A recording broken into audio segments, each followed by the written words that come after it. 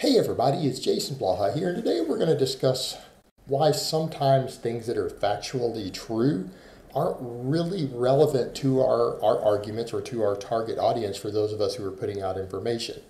And in the case of this, I did a video on dairy the other day saying that people shouldn't necessarily be telling people that dairy is bad for your health. I discussed research, linked reviews, things like that.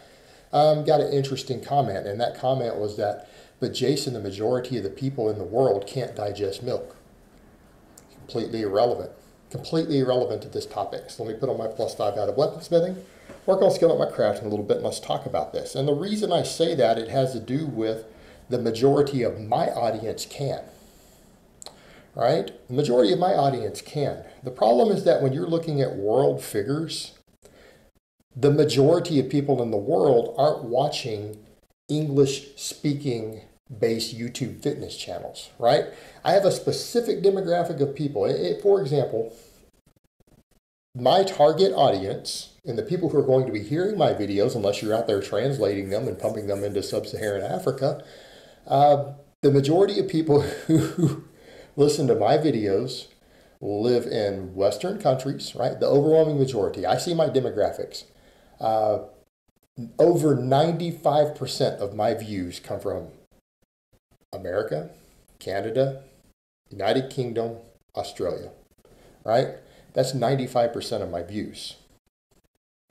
95%. Everyone else, hell, even most of Northern Europe only comprises in Asia and the Middle East, they all comprise a tiny little bit. All of that together is like 5% of my total views. All of that combined. So my target audience is realistically people in United States, Canada, United Kingdom, Australia. That's my audience. That's who's listening to my stuff for the most part. There are exceptions. I mean, there's some people in Germany and Sweden and other things. I did notice I have actually a bit of a following, like over in Iran, I saw a few. But here's the point. Here's the point. That's my audience. The majority of the people in the countries who are watching my videos and listening to me can digest milk. They can digest milk. And so the problem we have when we're discussing fitness and everything else, people get these weird ideas in their head that we need to be worried about world problems when we're discussing the barbell squat or diet, right? When I'm explaining to you how to barbell squat and we're discussing training mechanisms and training approaches and philosophies, I don't care what's happening in Zimbabwe. All right, if the country of Zimbabwe doesn't have a single squat rack in it, that has no relevance to the training program that I put out. Right? I'm assuming that you're in Western countries where you can afford a gym membership or a home gym or whatever else. That's my assumption. And if you can't, then I don't know. You're not necessarily my target audience, really. You really aren't. So we kind of fall back to this same point. If my target audience is English-speaking Western countries, then from a demographic perspective, that's all I care about. Furthermore, I only care about fitness-based people, right? Fitness-based people. In other words, people are like, why do you harp about competitive bodybuilding being so dangerous all the time instead of spending more time talking about smoking cigarettes and people who eat McDonald's every day? That kills far more people, right? McDonald's and cigarettes kills thousands of times more people, even in Western countries, than competitive bodybuilding will. True. However, my target audience is fitness-oriented people. If I have young men who are out here listening, who are listening to what's happening in the fitness world and they're watching YouTube fitness, are they more likely to fall victim to smoking cigarettes and eating McDonald's every day? Or are they more likely to fall victim to serious competitive bodybuilding? All right, my demographic is more likely to get drawn into that. In other words, that's a bigger risk factor for them personally. So therefore, I don't need to spend a lot of time explaining to you guys that if you eat McDonald's for lunch and dinner every single day, 7 days a week, that this is not good. Most of you already know that, right? That I would be preaching to the choir. Everyone understands this. People who are fitness-oriented probably don't eat fast food every single day. People who are fitness-oriented and worried about training and fitness and athleticism and health and any of those things probably don't smoke 2 packs of cigarettes a day. Now, do I hate cigarettes? Did cigarettes contribute to my mother's death, according to the doctors? Yeah, absolutely. My mother died. Cigarettes was one of the biggest roles. right? That was one of the biggest lifestyle factors for her, 2 packs a day of smoking. I hate cigarettes, but my target audience already knows that cigarettes are bad. They probably don't smoke. So you guys see the point, that would be a waste of time. So standing around worried about the fact that most people in Africa, 99% of people in sub-Saharan Africa can't digest milk, and that maybe a third of people in East Asia can't digest milk, or even half, has no relevance to my target audience. Then we get to the fact that let's deal with the people who can. Well, people say, well, actually that gene flow is different. When we get to North America, the number of people of African Americans in the United States who can digest milk is dramatically higher than it is over in the continent of Africa, right? We've had changes in gene flow. So if you're actually more likely now, is it still a pretty big chunk? Yeah, there's still a lot of lactose intolerance, still the majority in that demographic, but the severity of it's lessened, and there are quite a few who can. They can. Actually, it's something like 1 in 4 African Americans have 0 problems with lactose. 0 problems. But here's the thing. Use a classic Blahaism.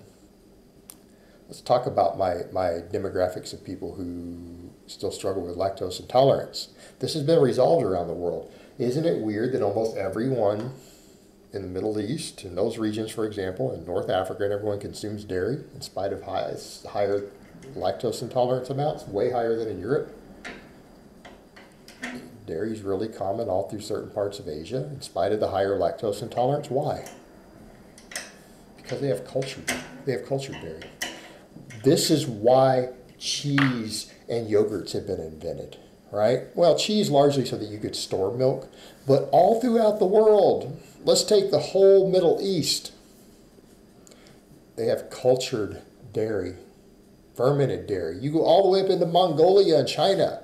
They have fermented types of dairy, right? We've got yogurts, we've got kefirs. If a person is lactose intolerant, doesn't that resolve it? Yeah, it does resolve it. You don't have lactose intolerance issues from those because the lactose has been broken down with active cultures or been fermented, and the lactose is no longer there. Therefore, the health concerns for certain demographics has culturally for thousands of years been figured out already. It's already been figured out. It's been resolved. Same thing with cheeses. A lot of cheese is actually removed down to just trace amounts of lactose. Most people who are lactose intolerant can find certain types of cheeses they can consume without any lactose-related issues. So we're kind of coming back to the point of, I said dairy. There are tremendous body composition and health benefits and performance benefits to consuming dairy. It doesn't have to be milk. It doesn't have to be milk. And kefir is pretty delicious, by the way, once you get used to it. You should try that out. But we still have these other things. We have cultured dairy, which again, yogurt, Greek yogurt, kefir, all those things, right? We have these things. They're fantastic. They offer other health benefits. They're actually better than milk. They have health benefits outside of the dairy because of the cultures. We have cheeses. We can get the lactose level really low with that. Most of the lactose is filtered out of cheese. So you see the point here? We're dealing with this one statement, and then people try to make it as if that's a counter argument to the fact that I'm saying the majority of you out there can consume milk. The majority of my audience can consume milk, right? The majority can. Doesn't matter that the majority in the world can't. My target audience isn't the entire world. All right, I don't think that my channel will ever have 7 billion plus subscribers. I just don't see it happening. No one's ever even hit 1 billion subscribers. That will probably never happen. Let's be realistic here, right? Be realistic. Furthermore, when we're dealing with the demographics of people who can't handle these, you would still be in your best interest. If you're trying to maximize body composition, performance, health, everything else, I think you should be consuming cultured dairy. I think that you should. And you silly ass vegans need to go away with that nonsense. You should be consuming it. In fact, you guys would probably do better if you consume some Greek yogurt with live cultures every now and then. It would do you some good. problem solved. Right? So we have a case of a true statement. A true statement that's completely irrelevant to the topic as it's discussed here. All right, guys, but that's really all I have to say on that today. I hope it's been informative, and I will talk to you guys next time.